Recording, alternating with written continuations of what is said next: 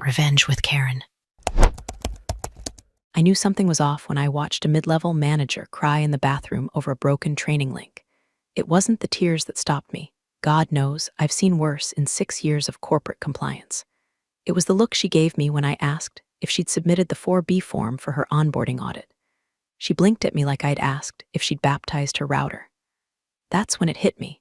No one knows how this place runs. They think systems just exist. Dashboards just light up green. That compliance is a toggle you flip, not a war you quietly win 1,000 times a day in forms, timestamps, approvals, and legally binding language no one bothers to read until something bursts into flames. Hi, I'm Emily. Or I was Emily, depending on how far you are into this disaster. For 6 years, I lived in the guts of a company that believed paperwork was the enemy of progress. I designed systems to make sure we could pay people legally, hire without lawsuits, renew vendors without breaching contracts, and file reports that didn't trigger a federal review. In other words, I was the duct tape holding this ship together. The quiet kind, the dependable kind, the kind you don't notice until you trip over it and eat regulatory pavement. If this already sounds like your work life or someone you know, do me a solid. Subscribe and hit that like button. It helps more than you know, and it's the only kind of compliance I don't charge for. Now back to the story. Jared slithered in 3 months ago, oozing nepotism and Axe body spray.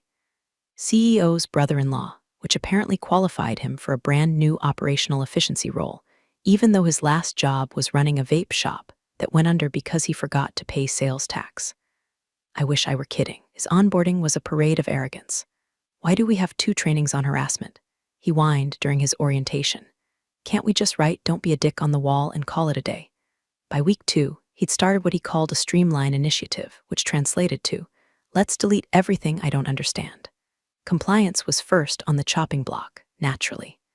Non-revenue departments drain morale, he announced at the quarterly town hall, smiling like a man who'd just discovered LinkedIn buzzwords and thought they were spells. I let it slide. I always did.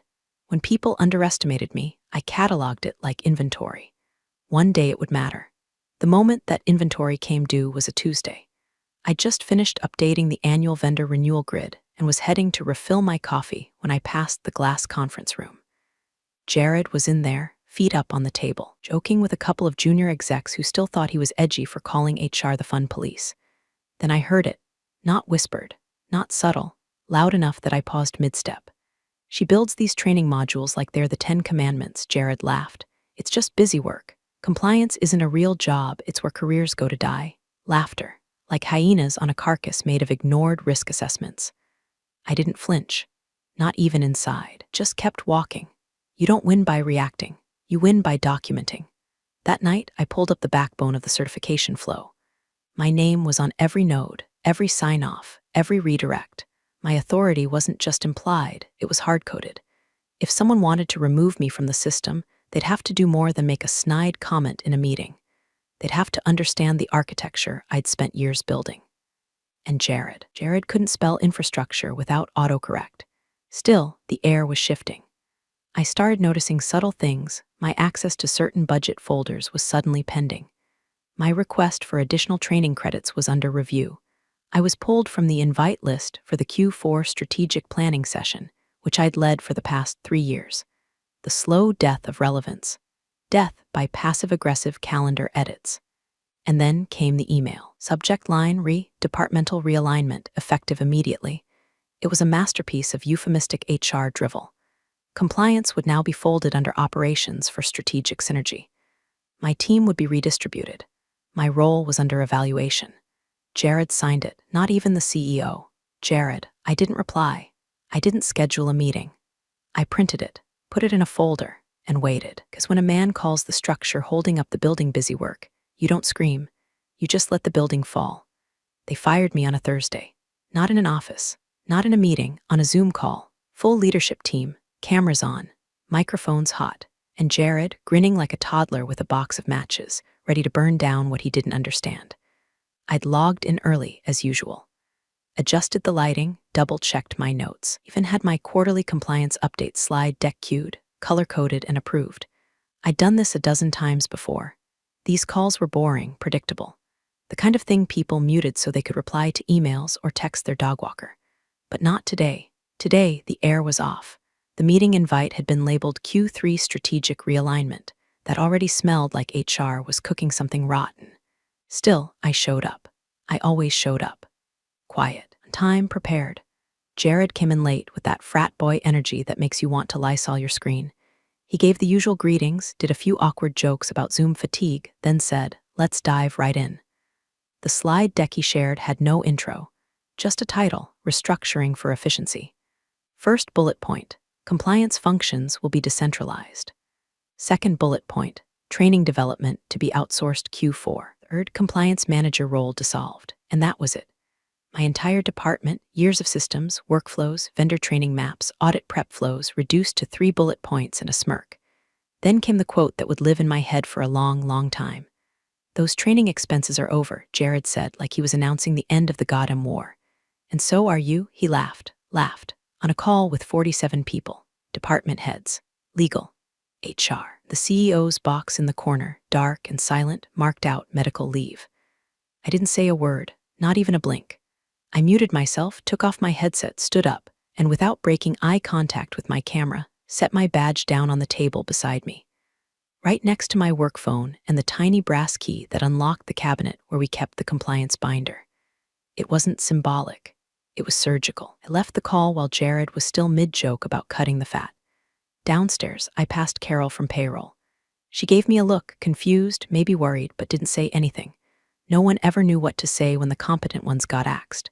We don't make scenes. We don't cry in the break room. We just vanish, like the systems we build.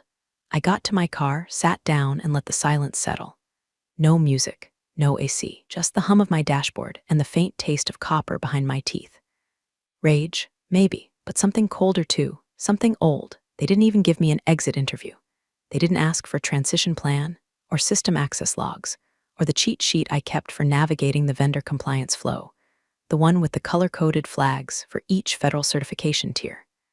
You know, the one legal liked to borrow whenever they had to look smart in front of a partner. Nope, they just sliced the artery and expected the body to keep walking. I didn't scream. I didn't email HR. I didn't even call my team to warn them. I went home, brewed tea, opened my laptop, and filled out one form. Clause 8.7, Certification Authority Termination Notice. It's not a flashy form. Not even one most people know exists. It was part of the internal compliance overhaul I'd written 3 years earlier after a vendor audit exposed how badly we documented role-based certification controls. I'd added the clause as a safeguard, a final gate, a tripwire. When the person responsible for compliance is terminated, they must revoke their signature authority. Manually, the system doesn't assume, it waits, like a dog on a leash, loyal, still, and potentially lethal. I submitted it, signed it, sent it directly to legal. Then I closed my laptop, made a grilled cheese, and turned my phone off. You don't interrupt someone who's decided to burn the foundation, not when they poured the concrete themselves. Clause 8.7 wasn't dramatic. It wasn't a bomb or a screaming match or some fiery final speech that gets you slow clapped out of a building. It was a 6-line form, Arial 10-point. No bold, no italics. One digital checkbox beside "I hereby withdraw all active certification authority," effective immediately. It had taken me years to earn that authority. 15 vendor certifications, 3 federal audit cycles, and exactly one policy loophole buried in a paragraph no one had read since onboarding. It took me 12 seconds to revoke it. I emailed the form to legal at 6:43 p.m. The only one still on was a junior assistant named Monica, who once asked me if SOX was a new HR dress code. She opened the PDF, stared at it, and flagged it for review without replying. Which was fair. Most people only ever hear the word clause when someone's suing someone or there's eggnog involved. Meanwhile, Jared was still high from his little public execution. Word traveled fast, especially when someone got axed on a Zoom call like a reality show contestant. People love blood so long as it isn't theirs. Back in HR, Jared apparently marched down to Janice's desk. She's been there since fax machines were cutting edge, and declared purge her access. Full deactivation. Today. He said it like he was banishing me from the kingdom. Like access to the shared Google Drive was the sword in the stone. Janice didn't question him. She never does. Just clicked her little macros and smiled politely. My badge, void, work email, redirected, payroll status, terminated. Jared walked back to his glass office, flopped into his chair, and according to someone who messaged me later, proceeded to eat half a rotisserie chicken with his bare hands while watching YouTube tutorials on managing digital teams. And that should have been the end of it. Except, about 11 minutes later, the first red light blinked. It was subtle at first. The vendor cert dashboard reported a validation loop failure. Harmless enough. It happens sometimes when someone updates their name in the system and forgets to re-sign a conflict of interest disclosure. But then came the second light, employee training tracker, no valid certifier. And then the third, payroll compliance engine, flagged with a level 3 alert, certifying officer signature revoked. Now, these systems don't shout. They don't scream. They're polite, they just stop. The dashboards at the department heads' terminals started flickering amber and red. Contract renewals hung in digital limbo. Automated emails paused. New employee onboarding forms stalled at pending training completion, unable to progress.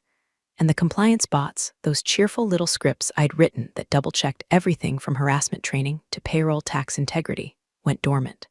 Silently. Obediently. Been waiting for one signal, my signature. And now they had its inverse. I was gone. Authority null. The system didn't panic, it obeyed. By morning, finance couldn't run their approval queues. Payroll couldn't verify its disbursement certifications. Vendor access portals showed error messages. Nothing catastrophic yet. Just a quiet freezing of the blood in the company's body, a hiccup in the rhythm, a pause with claws. Jared, of course, noticed none of it. Someone told me he was seen in the cafeteria that morning gloating to the marketing team about cutting the bloat. He actually said, "We're leaner already. Watch how fast this place moves now that the policy brigade's out of the way." He said that, while an entire company slowly ground into procedural molasses.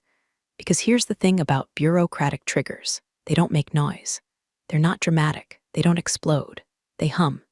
And when the wrong person pulls the wrong thread, entire tapestry doesn't rip, it tightens. Until you can't breathe, until no one can, and the best part, Jared still thought he'd won, thought he'd silenced me, thought deleting a badge would undo 6 years of embedded logic and legal scaffolding. He didn't understand that my absence wasn't absence, it was subtraction. The kind that comes with consequences, but not yet. Let the storm gather.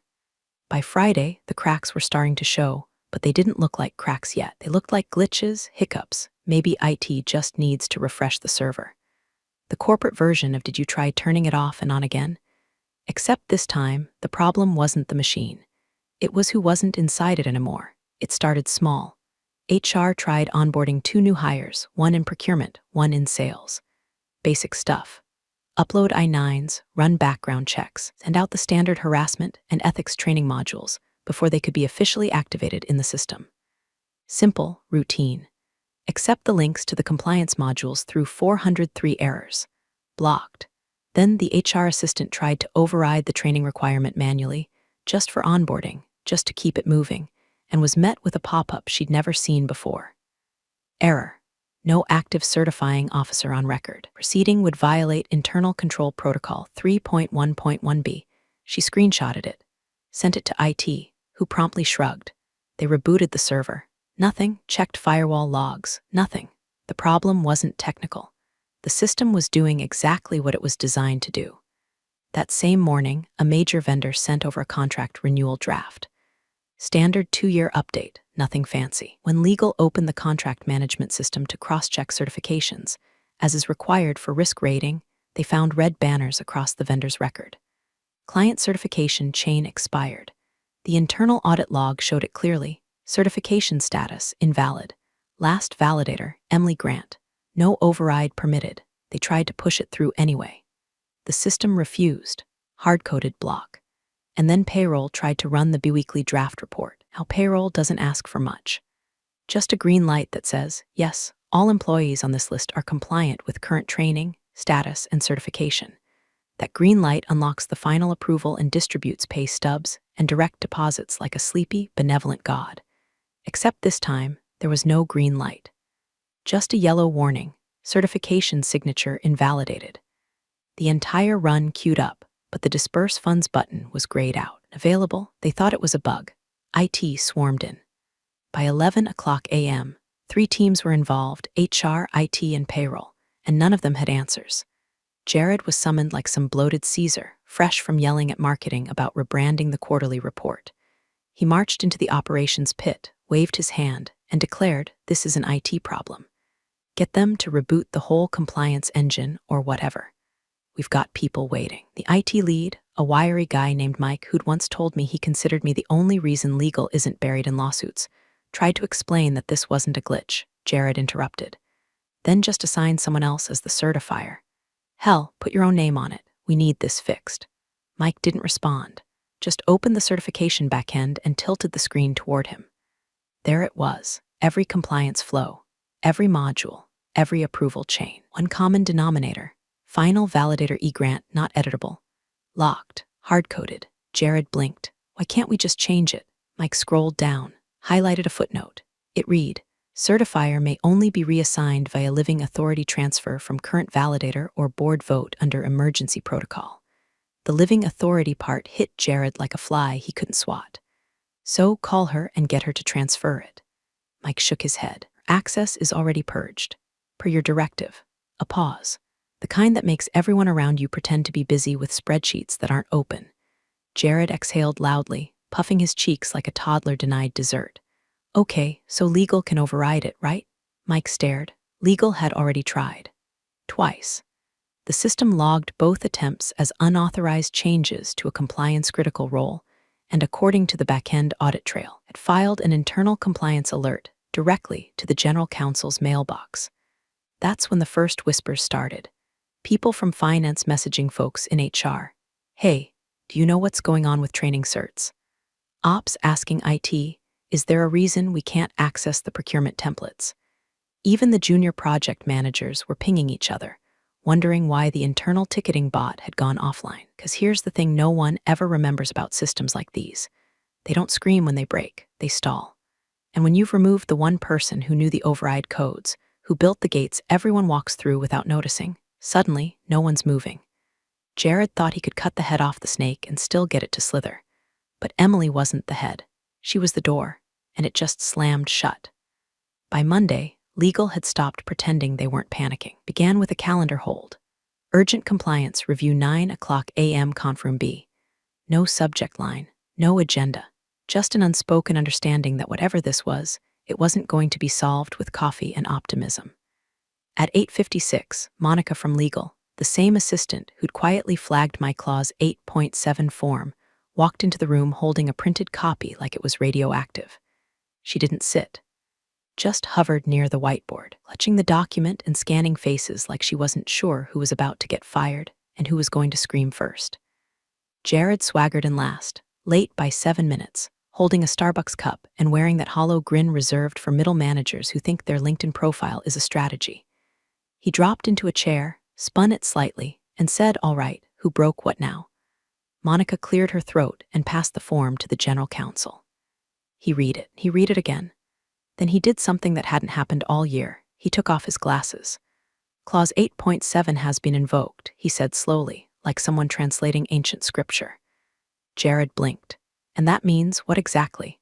"It means," the GC continued, "that all internal certifications tied to the certifying officer known as Emily Grant are now legally null." "Okay," Jared said, waving one hand dismissively. "We assign a new certifying officer. Who's next in line?" "No one." Silence. "I'm sorry, what?" Jared leaned forward. "There's always someone next in line. That's like Business 101. The GC looked at him the way you look at someone who just asked if they could microwave tinfoil. Clause 8.7 was authored by Emily 3 years ago as part of the updated internal control charter. It was board approved during the Q1 compliance overhaul, when you called a paperwork circle jerk and didn't attend. A few people coughed. Someone pretended to check their phone. The GC continued. Per 8.7, the company's certification framework was transitioned to a living signatory model, meaning every automated certification chain is validated by a single, legally empowered authority, Emily. The redundancy protocols, meaning the right to appoint or name a successor, were also tied to her sign-off. Transfer? "Okay, but she's not dead," Jared said, looking around for someone to agree with him. "No," the GC said, "but she's gone, and her authority went with her. There's no successor." Jared scoffed. That's insane. There has to be a backup. It's policy. She wrote the policy. The GC snapped. That landed. For the first time in the meeting, Jared's mouth actually closed. His hand gripped the coffee cup tighter. Let's loop in the board, he said. They can vote in a new certifier. Only under emergency protocol, said Monica, reading from the policy binder. An emergency is defined as certifier incapacitation or death. Not we screwed up and fired her without understanding what she controlled. That's absurd, Jared muttered. You're telling me one employee, just one, has the ability to freeze this entire company? No, the GC replied, you did. When you removed her. He slid a page across the table. Highlighted text. Everyone leaned in. Authority transfer requires active digital and notarized approval from current certifying officer. There was a second clause beneath it. In the event of unplanned termination, authority is revoked immediately unless successor is pre-designated. Failure to maintain an active certifier renders systems non-compliant under audit standards 2.3.7 and 4.9. So, what? You're saying we're non-compliant? That's what the system is already flagging. At the head of IT, who'd been sitting quietly until now. Our internal dashboards are lit up like a Christmas tree. We've got pending audits, frozen training modules, and vendor renewals stuck because no one can sign off. Jared shifted in his seat, sweat starting to form at his temples. Just call her, he muttered. Offer her a contract. Bring her back. The GC closed the binder. She's not responding. And even if she was, she's not under obligation. She left in good standing. There's no clause forcing her to transfer anything. Someone from HR whispered she didn't even take her plants. The whole room stared at Jared. He opened his mouth, then shut it. Because for the first time since he got his vanity job, the reality settled in. He couldn't fix this with charm or delegation or that stupid PowerPoint template labeled efficiency wins. He was in over his head. The woman he'd humiliated in front of the company had quietly set the stage for a fallout no one could stop. He didn't just fire the compliance officer. He removed the keystone from the arch, and now everything above him was starting to shift. At exactly 4:45 p.m. on Thursday, the system died.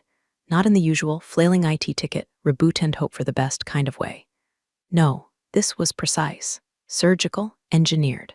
It began with payroll. Disbursement queue, a fat little progress bar that usually chugged along with cheerful predictability, froze mid-process.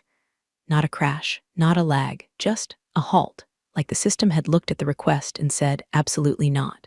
Within 30 seconds, alerts went out across 6 departments. Disbursement authorization blocked. Certifying officer invalid. By 4:47, vendor access was next. Procurement tried to log into the vCert portal to confirm delivery schedules. All access denied. No credential error. No firewall issue. Just a clean, cold system-level message. Client trust validation failed. Vendors who had been on auto-renew now saw every invoice bounce back with a soft denial stamp. Contract compliance unverified. Please resubmit with active officer reference. By 4:52, IT confirmed what everyone feared. This wasn't a coincidence. It wasn't some cascading failure. This was the system doing exactly what it had been programmed to do. And the final gut punch came at 5:01 p.m., when a federal compliance auto-report triggered. Every quarter, the company submitted a status packet to their regulating body. A dense, unreadable PDF stuffed with training logs, vendor vetting timelines, payroll certification flows, and about 14 digital signatures. It was usually auto-signed by the system based on my role as certifying officer. But now it submitted blank. No sign-off, no validator, just a blinking field where my name used to be. Seconds later, a follow-up alert hit the internal audit queue. Status, revoked. Attached was the timestamp of my Clause 8.7 trigger, now filed as an internal legal event. It was like watching a phantom reach up from the paperwork and slap the entire leadership team across the face. Jared was in the middle of berating a systems engineer when the junior board member stormed into the meeting room. Why did no one flag this? She snapped. Heads turned. Flag what? Jared said, trying to maintain some scrap of authority, even as his voice cracked. She held up her iPad. Clause 8.7. It was filed 6 days ago. It's been sitting in legal's back end. It's tied to every single cert dependency in our infrastructure. I thought IT could override it, Jared said weakly. The junior board member didn't laugh. She just looked at him like he'd tried to explain gravity with sock puppets. This isn't an IT glitch, Jared. This is legal architecture. This is infrastructure. You fired the person whose existence validated this company's compliance. There is no override. There is no shortcut. Silence. Then, ping the founder's assistant messaged legal. He wants a call, now, not asks, wants. They'd kept him out of it as long as they could. He'd been recovering from surgery, some post-op thing gone sideways, and everyone agreed it was best not to stress him out. But you can only dodge a mushroom cloud for so long. They patched him in by 5:17. The founder's voice came through like gravel soaked in whiskey.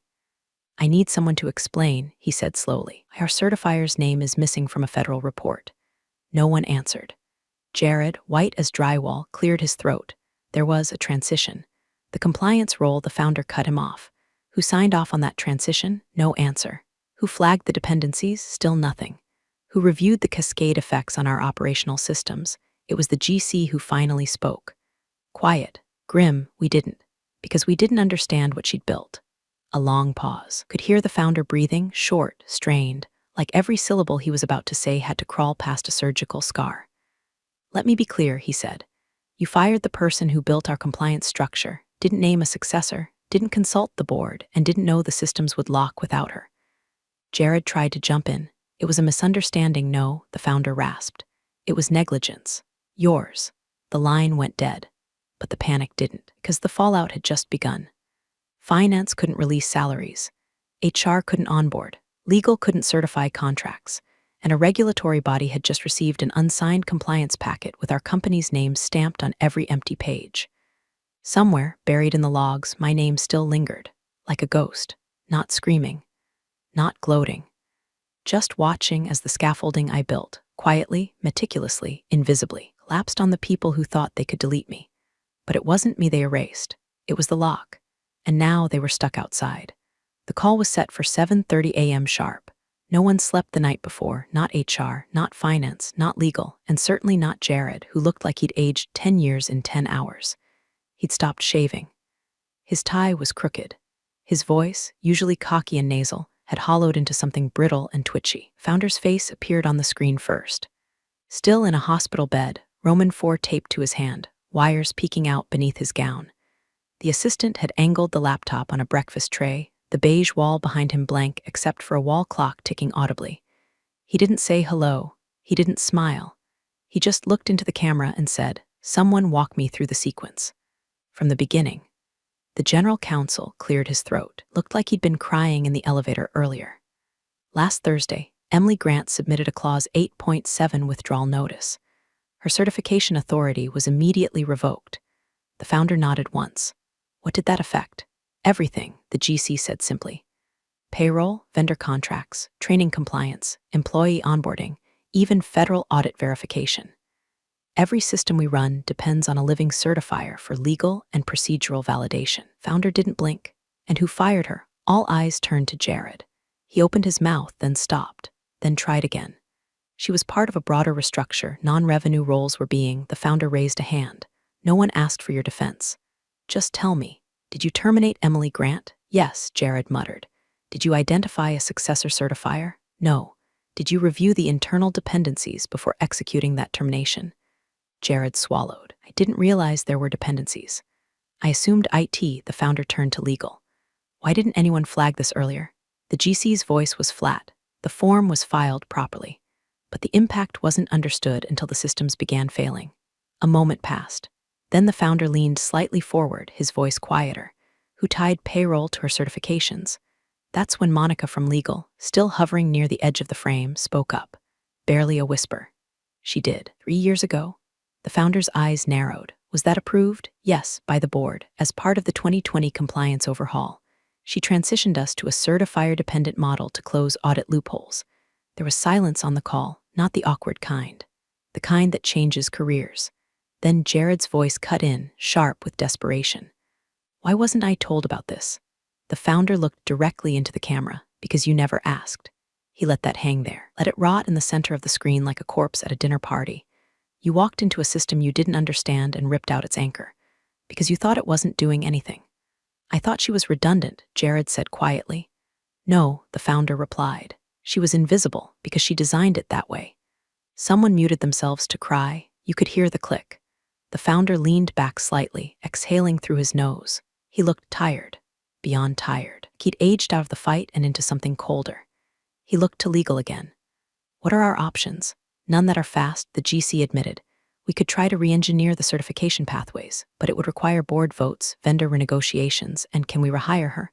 No one answered. They tried. Everyone knew they'd tried. Reached out through HR, through private recruiters, even through old friends on LinkedIn. Silence. No returned calls. No read receipts. Just one quiet voicemail that had reportedly ended with a sigh and the sound of a train in the background. She's gone, the GC said. Jared looked like he might actually cry. Not out of guilt, he didn't have the moral bandwidth for that, but out of the realization that his little empire, his linked-in fairy tale of streamlining, was about to be footnoted as the moment a $130 million company publicly faceplanted into a federal compliance crater. The founder's hands clenched into fists. "This company trusted you," he said softly. No one breathed. "We gave you a seat. We gave you rope." He didn't finish the sentence. He didn't need to.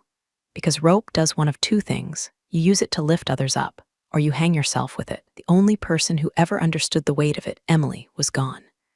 The apology letter was 2 pages long and utterly worthless. It had been drafted by committee, revised 5 times by PR, and run through legal like a corpse through a meat grinder. Polite, measured, hollow. "We regret the oversight," it began, like someone had forgotten to water a plant and not detonated the core of an entire company. They sent it to Emily's last known personal email. No reply. Mailed a physical copy to an old P.O. box listed in her HR file. It came back stamped, returned to sender. No forwarding address. They tried calling. The number rang until voicemail. Her name wasn't even on the greeting anymore, just a generic recording. "This number is not accepting messages at this time." Jared, to his credit, did try to call her once himself. He got halfway through the voicemail, stammering something about reconsidering opportunities. The line beeped and cut him off. She never called back. Recruiters were dispatched, high-level ones. Compliance whisperers, ex-auditors, system architects. Anyone who could speak fluent certification and unravel the barbed wire she'd left behind. It was unanimous. No one qualified, not in time, not for what she'd built. Emily hadn't just managed a system. She'd been the system. She'd threaded her authority into the very fabric of the company like surgical stitching. Seamless, invisible, essential. Every function that relied on automated validation, frozen. Every department that needed training clearances, contract sign-offs, legal confirmation, paralyzed. And the longer the paralysis continued, the worse it got. Vendors pulled out of renewals. Contractors demanded manual confirmations that legal couldn't issue. HR had a dozen new hires stuck in onboarding limbo, unable to legally begin until their compliance logs were validated by someone who no longer existed in the system. Then came the board meeting.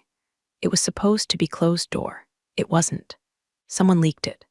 Probably an assistant who had their benefits frozen mid-cycle and decided chaos tasted better than loyalty. The transcript landed in a Slack thread and burned through the company like wildfire. Junior board member suggested what no one wanted to say out loud. Should we self-report to the regulator? Silence. Not because it was a bad idea, but because it was a necessary one. The founder, patched back into the call from his hospital room, didn't argue. His face was pale, skin hanging from his cheeks like old paper. The stress event, likely triggered by Jared's collapse of everything, had nearly killed him. Now, the company he built was hanging by a thread. The only person who could have sewn it back together was gone.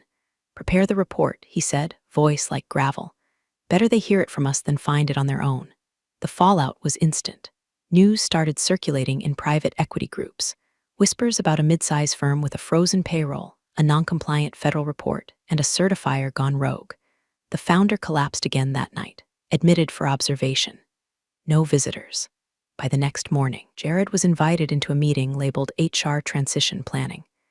He left 30 minutes later without his badge, his title, or the little nameplate he used to tap smugly on Zoom calls.